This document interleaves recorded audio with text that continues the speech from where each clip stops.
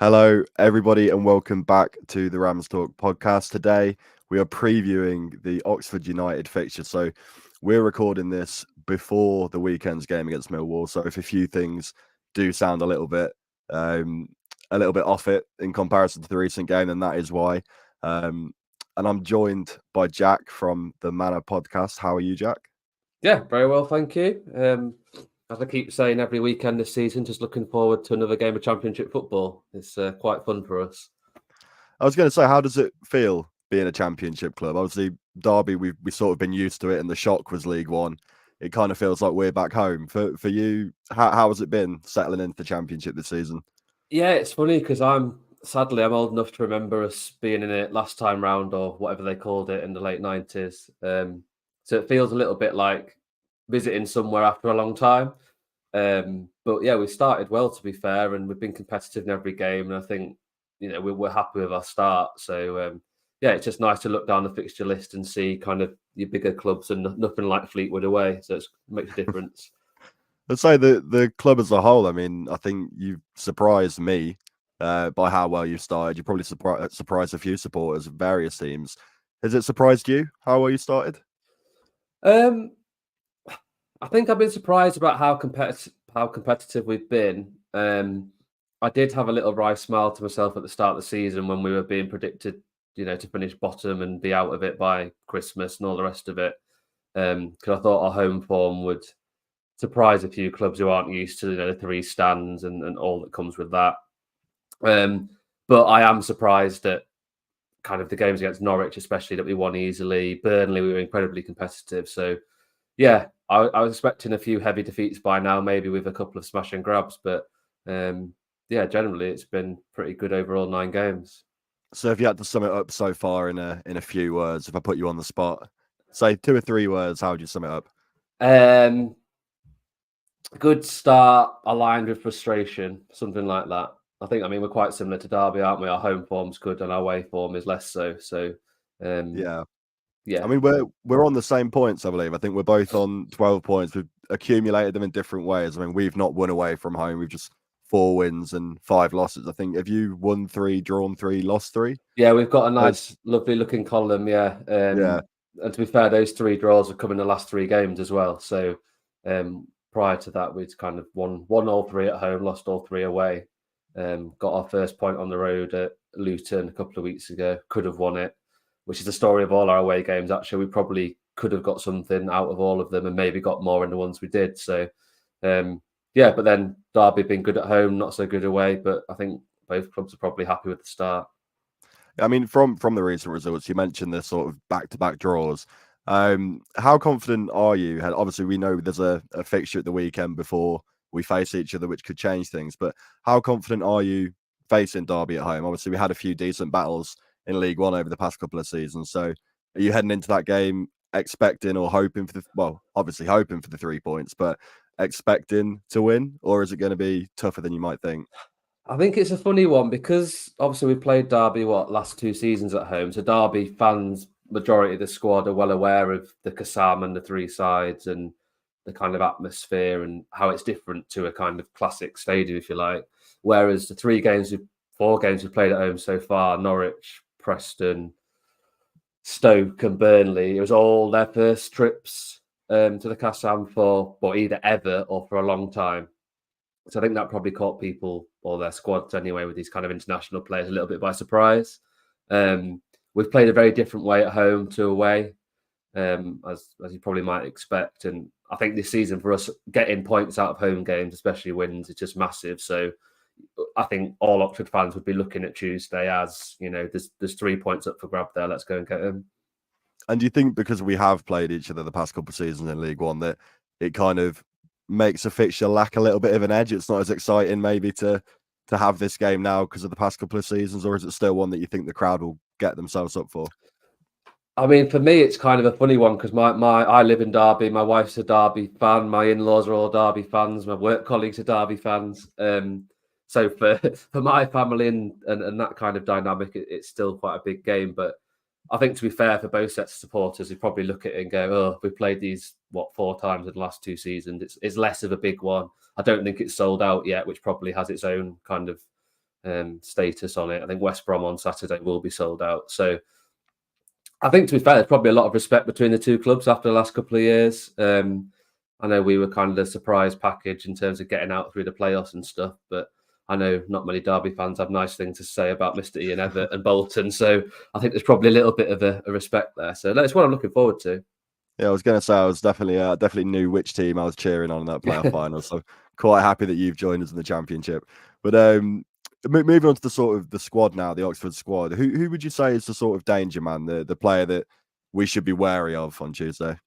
I think Tyler Goodrum's had a really good start to the season. So he's come through the academy. He's just turned 21, on the fringes of the Ireland squad. And he's shown, I mean, to be fair, in the playoff final, he played in the central midfield role and was fantastic. But this year he's gone back out to the wing. He's kind of grown in maturity a little bit. He can take players on. He can play a good pass. He only scores goals from outside the box, seemingly. So he's had a really good start to the season. And then the other one's probably Idris El Mazouni, who we signed from Ipswich in the summer. Kind of a neat midfield player, Tunisian international. And he's had a really good start. He's not played much, if any, Championship football before. And actually the injury to Cameron Brannigan, who's out for a while longer yet, has meant that he's had to kind of step up a little bit. So yeah, Goodrum and El Mazouni are probably the two current stars. And to be fair, I mean, off the top of my head, there's a couple players within the squad that obviously have a connection to Derby. First of all, Louis Sibley joined you in the summer on a free transfer. How has he settled in? How's he been playing? Because I've not seen too much of what he's done. I've seen that he has scored, hasn't he? Yeah, so prior to last weekend or the game before the international break at Portsmouth, he'd only played 20 minutes in the league in kind of fleeting sub appearances. We've had a couple of injuries in midfield, so he, I suppose, kind of stepped up the ladder a little bit in terms of being next on. And yeah, he came on against Portsmouth and scored within about 2 minutes. Good shot from outside the box. It just looked like he had a lot of energy.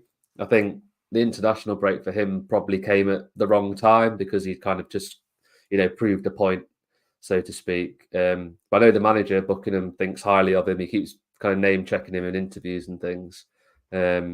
But yeah, I wouldn't be surprised if, obviously, we're recording before our game against West Brom. But I'd imagine with so many games coming quite quickly now, he'll get a lot more game time. And whereabouts is he actually playing for you? I mean, when he was at Derby, he sort of played everywhere. He sort of broke onto the scene as an attacking midfielder, but then in the academy, he was sort of a deeper midfielder. He's played at left back and left wing back. He's played almost everywhere. So has he been sort of similarly versatile for you, or has he been kind of? He's mainly come on. Yeah, he's mainly come on in the kind of number 10 role, so to speak. I went to our game against Coventry in the Carabao Cup, or whatever it's called these days, and he played the full 90 in that and looked quite good.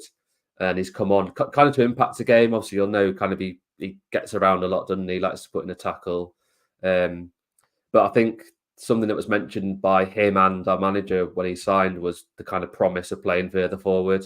He kind of alluded to he's a little bit fed up at Derby at being kind of played here, there and everywhere. But as I say, he's not really had that much game time yet. But yeah, when he has come on, he's looked energetic in that kind of number 10 role.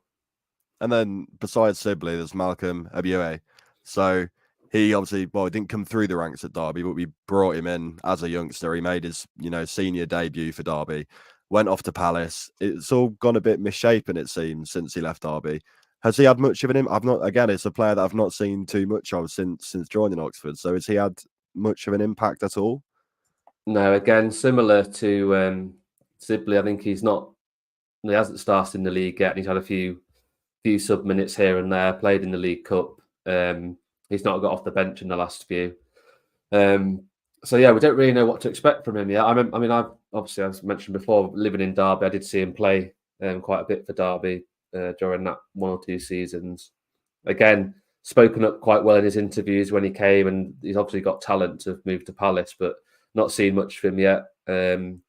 Again, with injuries, maybe he'll get more of a chance. But I think with Premier League loanees, they either kind of sink or swim, and he's definitely sinking at the minute, but not through his own kind of performance. It's just the fact he can't get on the pitch.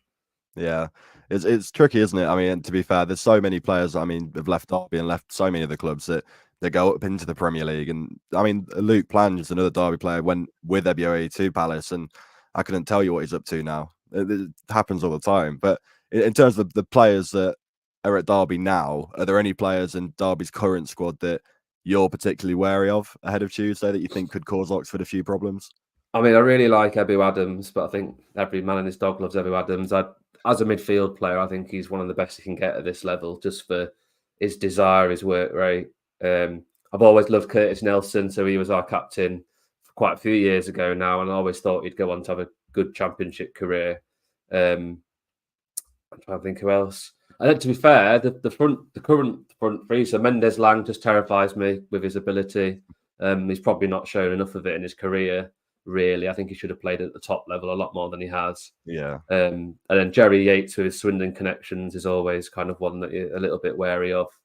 But I think Derby's squad's quite an interesting mix of players now. I know talking to the kind of in-laws and stuff, they're concerned a little bit about the recruitment, but I know the Dutch lad in midfield has been impressing, and the new keeper. So it's just interesting to see. Obviously, he took our head of recruitment a couple of seasons ago now. It's interesting to see his stamp starting to kind of get put on the team a little bit with those kind of left field signings. So no, it'll be a good game on Tuesday. I'm really intrigued to see how both teams set up, because we've got quite a few different ways of approaching games, and it'll be interesting to see what we choose. I was going to say, what is the sort of, well, if any, what is the difference in approach for Oxford having a home fixture and away from home? Is there a different setup there? Do you approach the game in a different manner? So what should we be expecting as the away team? What Oxford are we going to face? So I'd imagine, I imagine the club will have gone through the fixture list and kind of highlighted ones that they thought, okay, we'll have a go on this one. So I think we'll probably be quite on the front foot, look to get the ball wide, quite quick possession base. That being said, against Burnley, we basically parked the bus, so to speak, and set up to take the point, which we did with ease. We might do the same at West Brom on Saturday. But then kind of away from home, we've mixed and matched even within games. So Pompey, we started really quite flat, but then got into the game a lot more. The home games that we've won so far, like Norwich, we started fast, took the game to them. Preston, similarly, once we got back on level terms. But I think Tuesday will be one that we're looking to get on the front foot. We'll be wary of last season, obviously the 3-2 game, and our inability to defend set pieces last season. So I'm hoping our centre back player Ben Nelson will be back, because he adds a bit of height to that back four. But yeah, I think we'll look to get on the front foot as much as possible. Whether Derby allow us to do that or not is probably anyone's guess. I mean, you mentioned set pieces there, and I saw a stat recently that from the top 4 divisions, Derby have scored from the most set pieces over the past 2 seasons, or something along those lines. So it kind of leads into my next question. Are there many or any weaknesses that you think Derby can exploit? I mean, I'm assuming that set pieces might be one. Yeah, sometimes we look really good at set pieces and sometimes we don't. And I think a lot stems from if it's kind of like a complete bombardment or not. I know both our centre-backs, if fit, they both went off with issues against Luton, which is a concern, but they're both big lads. Our left-back, Kieran Brown's a big lad, but the players in the midfield, less so. So it's more about the second ball, I think, from set pieces. I think off that, the slight concern of mine perhaps is we've taken to being quite narrow as a back four.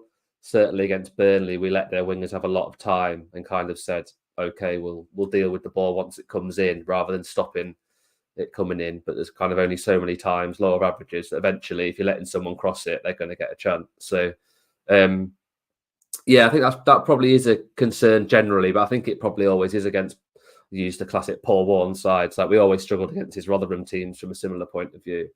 And then potentially on the counter, obviously I've spoken about Mendes Lang. I think anyone who's pacey on the counter presents, it doesn't matter what team you are, a pacey winger on the counter is always a threat. So, yeah, it'll be interesting. I think it's got the makings of a potentially really good game. So I imagine Derby will have kind of circled it as a potential 3-pointer as well. I mean, obviously, I'm not sure what's going to happen at Millwall yet. So by the time we play you, we might still be searching for our first point away from home. And if that's the case, then pressure will really start to mount. I think we've played a lot of the teams that you'd expect to be higher up in the league come the end of the season away from home. So Millwall on the Saturday, which hopefully we've got something there. Followed by Oxford on the Tuesday. You're sort of looking at those games going, we've got to pick something up there, even if it is a point, just to get that first point back on the board, because we struggled away from home in the Championship when we came down for a couple of seasons before we came down, and then we built up that sort of impressive away record really in League One, and we've just not been able to quite do the same yet.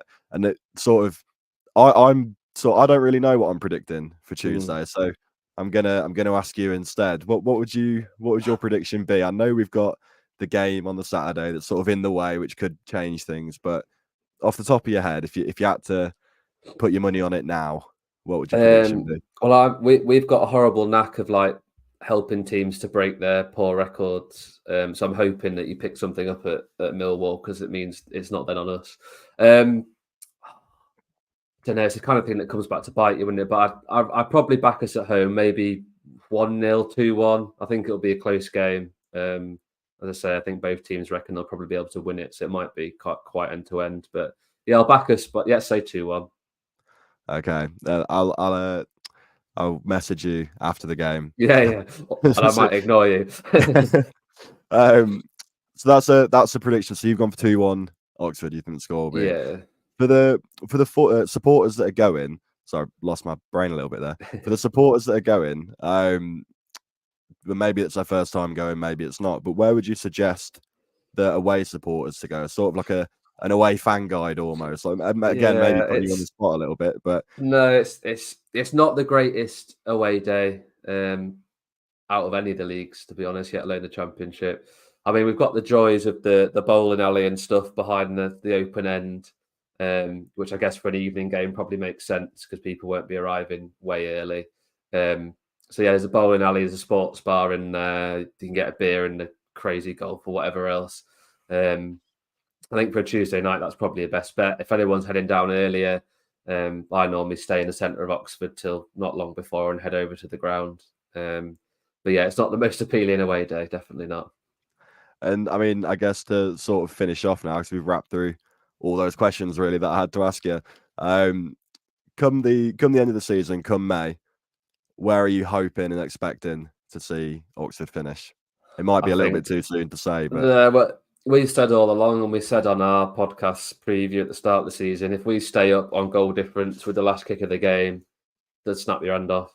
So that still doesn't matter how good the start's been. I'd still take that. This year's all about staying up, and if it's ugly, I don't care. If we're in the Championship next season, that's mission complete. So, yeah, that's all I'm thinking about. Yeah, I think I could say the same for Derby, to be fair. I think we're in the same boat. I'd snap your hand off for safety, but we both had a fairly decent start, so hopefully that can continue for the both of us, just not on Tuesday. But yeah, it's been a pleasure having you on, Jack. Thank you for joining us. No, nice one. Thanks for having me on. And yeah, obviously with my Derby roots, I hope Derby stay up alongside us, and hopefully we can both enjoy the game on Tuesday. Yeah, that would be nice. Well, thank you everybody for watching, for listening. If you have enjoyed the content, please do give it a like, give a subscribe. You know where to find us, RamsTalk on Twitter, Instagram, or we call it X nowadays, don't we? But any social media, you know where to find us. So thank you for tuning in, and it's been a pleasure. We'll see you in the next episode.